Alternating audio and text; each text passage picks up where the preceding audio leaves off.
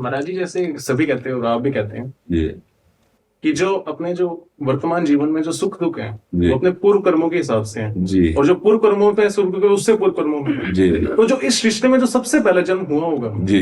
वो किस आधार पे हुआ? इच्छा, स्वतंत्र इच्छा। इच्छा का त्याग दो, अभी खत्म हो जाएगा तुम्हारा जन्म। इच्छा ही तुम्हें इस रूप में लाने की वृत्ति है। अगर इच्छा का त्याग हो जाए तो अभी जीवन मुक्त हो जाओ। सारी साधना इच्छा के त्याग की है। वेद कहता है एकोहम बहुश्यामहा, मैं एक बहुत रूपों में हो जाऊं। इसी इच्छा ने अपने को प्रकाशित कर दिया इसमें। हम तुम 100-200 नहीं हैं, ये घड़े हैं 100-200, इनमें एक प्रकाश है। जैसे 1 करोड़ घड़े रख देना तो 1 करोड़ सूर्य नहीं हो गए, सूर्य तो एक है। 1 करोड़ घड़े में प्रतिबिंब पड़ रहा है। ऐसे बच्चा हम तुम सब ये जितने हैं ना, इनमें एक बिजली चल रही है। उसे राम कहो, श्याम कहो, ब्रह्म कहो, परमेश्वर कहो, अकाल कहो, उसके अनंत नाम है। ना हम है ना तुम है।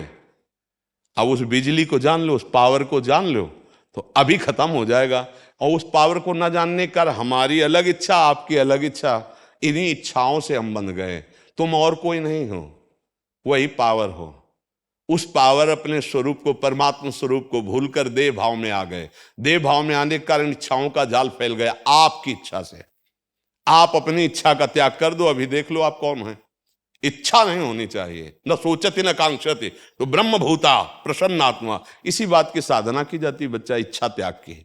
अब जब तक इच्छा त्यागोगे नहीं तो प्रश्न बनता रहेगा क्यों क्यों क्यों चलता रहेगा।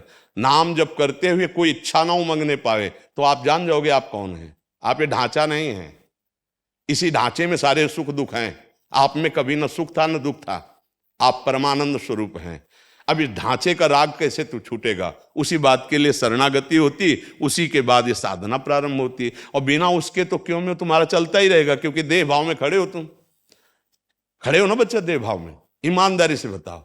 तो बच्चा इस देह भाव से जब तक मुक्त नहीं होगे तब तक क्यों का उत्तर तुम्हें कैसे मिल सकता है? इसीलिए कहा जा रहा है नाम जप करो। नाम जब तुम्हारे उस संचित को, जो गोदाम जमा है कर्मों का, उसको भस्म करेगा। अभी अंतःकरण जो मलिन है इसको निर्मल करेगा। तो जो भाषा संत बोलते हैं वही आप बोलने लगेंगे। हम आपको सच्ची कहते हैं। हमारा ऐसा जिद्दी स्वभाव था कि अगर हमको इस मार्ग में अनुभव ना होता तो हम कह देते कि बचपन से लगे, लेकिन तुम्हें पक्का कहते हैं। जैसी नाम की महिमा लिखी है और जैसे शास्त्रों में और संतों ने कहा है, जब उस मार्ग पर चले गए तो हर कदम पर वो अनुभव सत्य होता रहा।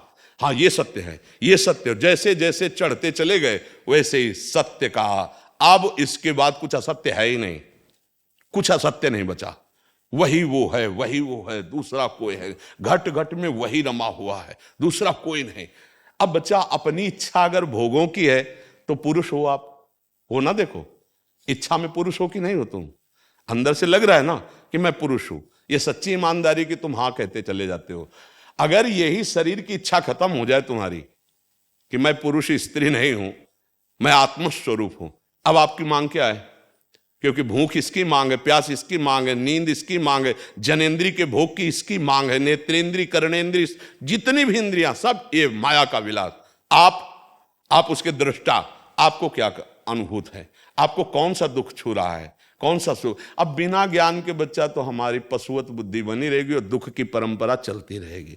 ये दुख ऐसा समझो बच्चा जैसे स्वप्न में हम सो रहे हैं और हमने देखा कि हमें कोई पकड़ लिया और चाकू से मार रहा है। अब आप कैसे बचा सकते हो?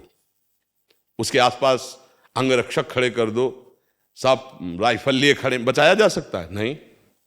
अगर उसको दुख से बचाना है तो एक उपाय, उसको जगा दो। जो ही जगेगा तो ना कोई बंधन था, ना कोई चाकू मार रहा था, ना। तो बच्चा बिल्कुल ऐसे ही हम इस समय अज्ञान में स्थित हैं। यदि हमको ये पता है कि शरीर मैं हूं, ये घोर अज्ञान है। उमा कहूं मैं अनुभव अपना, सत हरि भजन और जगत सब सपना। अगर आप साधना नहीं करोगे तो आप कितने भी प्रश्न करते जाओ, उत्तर मिलते जाए, आप बिल्कुल नहीं समझ पाओगे। इसके लिए साधना की। पूज्य राधा बाबा से जब कोई प्रश्न करता था, पूछते थे कितने लाख नाम जप करते हो? तो जब वो उत्तर देता था इतना, तो बोले इतना अब हमारी तरफ से 1 महीना जप के आओ, फिर हम तुम्हें उत्तर देंगे। क्योंकि जब तक आपके अंदर पात्रता नहीं होगी तो आप समझ नहीं पाओगे। इसलिए बच्चा तुम ही वो हो जिसकी खोज करनी है, दूसरा कोई नहीं। ये पक्की बात समझो। खोज करने चले थे और जब खोज हुई तो जिसकी खोज कर रहे थे खोजने वाला ही वही निकला, दूसरा कोई नहीं निकला। अब इस बात को समझ पाओ तो समझ पाओ, ना समझ पाओ तो बच्चा नाम जप करो, आगे समझ जाओगे।